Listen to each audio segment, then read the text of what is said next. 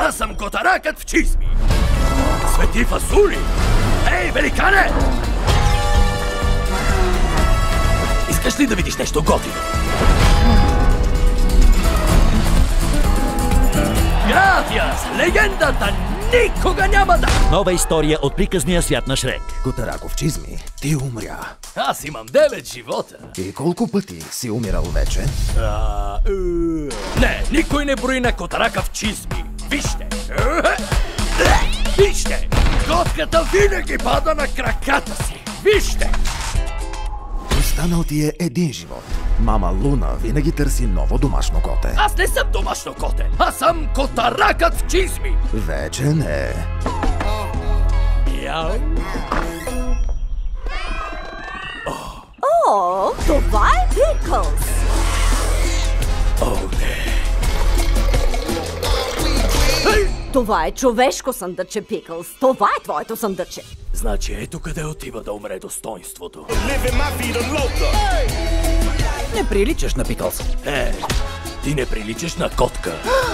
Пълно разкриване. Аз съм терапевтично куче. Почеши коремчето.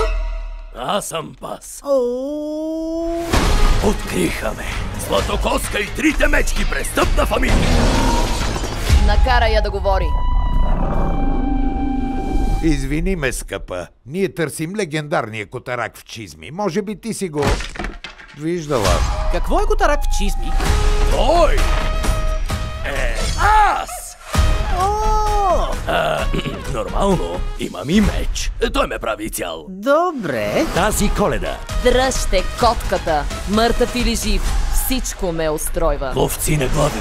Иди лапичката, имам нужда от помощта ти. Когато се съюзя с теб, всичко се обърква. Супер, нов член на екипа. Аз съм терапевтичното му куче. Категорично не! Най-сетне! Трябва ти терапия.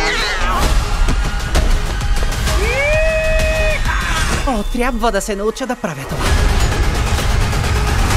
Животът минава на лента пред очите ти. Моли за милост от котарака в чизми.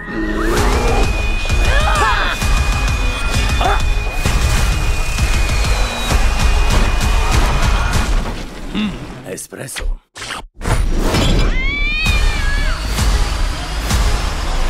Котаракът в чизми 2. Аз не ти вярвам. Вярвай ми. Трябва да му вярваш, виж тези очи. Наричаш това сладко? При това слабки. Получава ли ми се? Спри! Само ще си докараш херния. 23 декември на 2D и 3.